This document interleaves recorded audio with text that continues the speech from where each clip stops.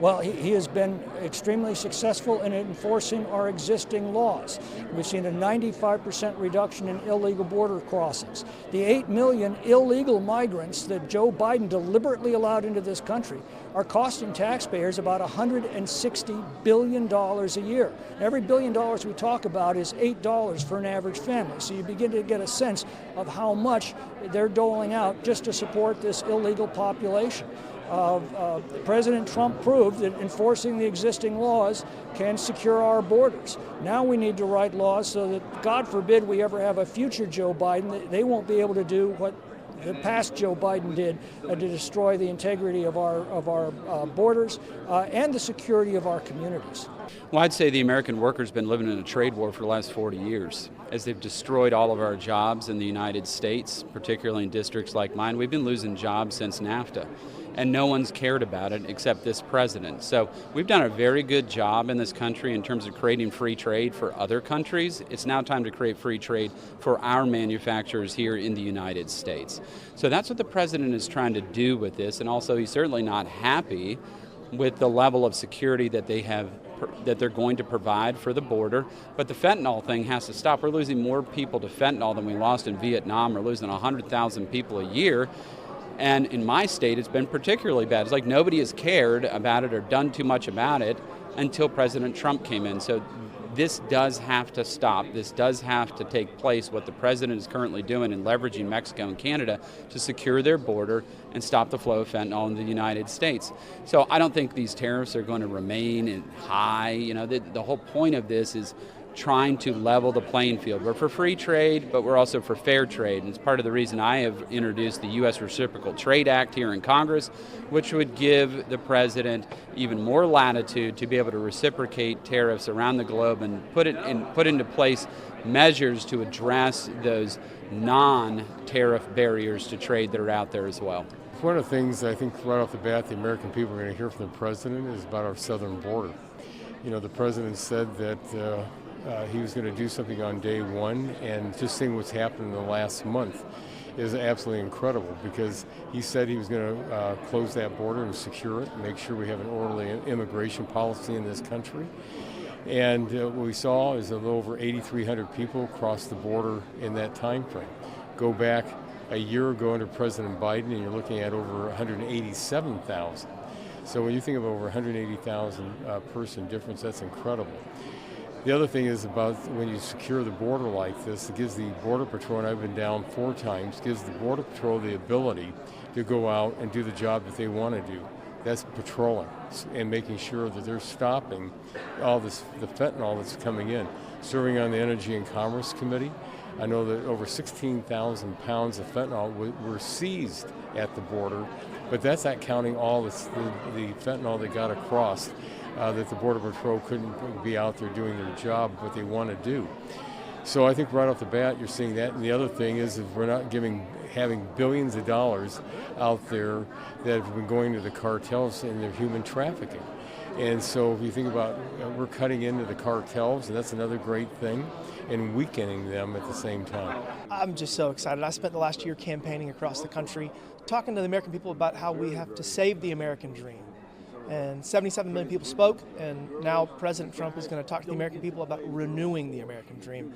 And we've made so much progress in the last few months, and we're just getting started. Whether it's reducing energy prices through deregulation and permitting reform, whether it's bringing down the cost of groceries because we're going to stop spending money we don't have. And the efforts of DOGE are just so exciting because we have $1.8 trillion deficit every year, $36 trillion in debt. We have to be fiscally responsible and get on a better path. And that's what we're working on, and he's going to talk about all that tonight. This is going to sound trite. He's focused on making America great again. Americans are going to listen to him. They're going to find out that he's good on the border. You see the lowest number of which was the number one issue in my district, by the way. He's good on the border. The border crossings are lower than any other time that I can remember. He's good on trade. You're seeing him put tariffs in place to where no more can people from other countries who want to do business in the United States take advantage of us. He's good on keeping males out of women's sports. He's good on those kinds of things. He's good on energy. He's bringing it back. What did he say? Drill, baby, drill. He's good on foreign affairs, and we're going to see the world is once again going to respect America. These are the kinds of things you're going to hear tonight from President Trump. I want to ask about those tariffs. U.S. stocks tanked this morning. I think it was like 800 points after he made good on that threat to Canada Right. and Mexico. Are you concerned about a global trade war, or are you just hoping for equality here? I'm not concerned about a global trade war. When President Trump deals with tariffs and stuff, I've not read his book, The Art of the Deal, but I understand from talking to some of my colleagues, people who have read the book, that he makes those outlandish requirements, right? And then he can always roll it back in. So he starts negotiating at a certain level, and then maybe he'll change his mind. I don't play the stock market, so I'm not familiar with all the stocks and how they respond. But this much I do know. President Trump has the right message. There's a new sheriff back in town, dare I say it that way. And so I think you'll see that happen tonight. This Americans voted for him. Hillary Clinton, when she ran against him, called us deplorables. You remember that? Well, they found out November the 5th, her and the Democrats found out that there's a lot more deplorables than they knew about. So I think you're going to hear that. You're going to see the Democrats lose their collective mind. That's nothing new. Are you hoping he changes his mind on the tariffs? Well, I'm not. That's not my bailiwick. Tariffs and trade. But like I said, I know from watching him, when he puts stuff into effect, there's usually a reason behind it. Can it be managed, manipulated, raised, lowered? Absolutely. That much I believe I've got right. So I think it's going to be fine. He's doing what he believes is best for America. As you know, U.S. military aid to Ukraine was halted last night. Zelensky said this morning that his country is willing to move forward now on a mineral deal and Ukraine. Yeah. Just your reaction to Friday's Oval Office meeting and then just kind of this back and forth. Well, I thought Zelensky had a lot of nerve to come in and do what he did. But I did see Senate Leader John Thune say on Fox News this morning that they weren't halted, they were just postponed. Okay? So I'm talking about the aid to Ukraine. So we'll see what he does. Again, we're going to be respected around the world because you don't mess with President Trump. When he tells you something, count on it. Unlike Biden, who said, we're going to do this, we're going to do that, and then you never knew if you could count on him. So I think you'll see that made pretty clear and plain tonight. Nope, we're ready to go. Well, I think it's amazing what we've seen in just a little over a month of this presidency. I think whether you agree with him or not, and I love what he's doing, but whether you agree with him or not, this is one of the most consequential presidents I think we've seen since perhaps FDR. And you're seeing a political realignment with President Trump at the top of that we haven't seen in a long, long time. But I think what we're seeing in the first 6 weeks or so of the administration is the president delivering on the promises that he made to the American people. And then we in Congress, who received that same mandate, are following up with the first step just occurred in the House, a budget resolution that will lead to a bill that will continue to deliver on those promises. We're going to secure the American border, or the southern border. We're going to deliver on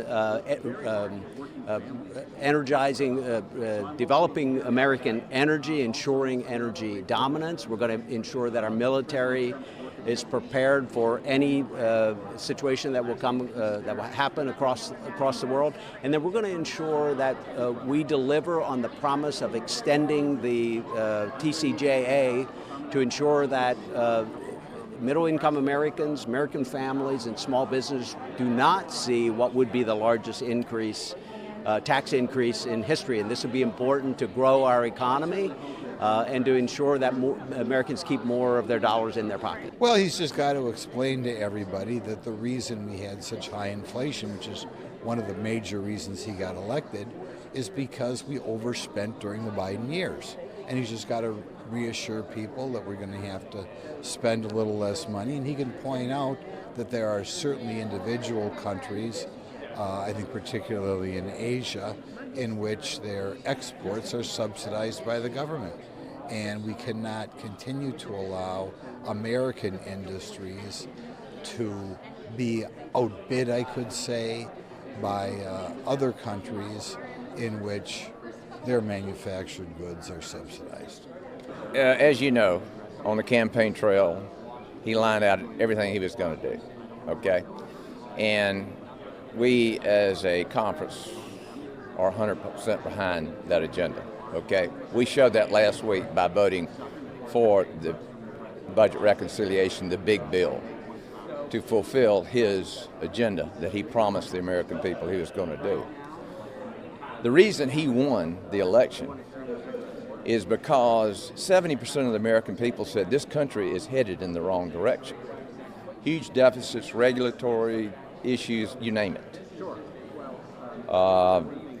Yeah, you can afford health insurance. Young people believe that even the American dream is gone. President Trump's going to restore the American dream, and that's what he's going to talk about tonight.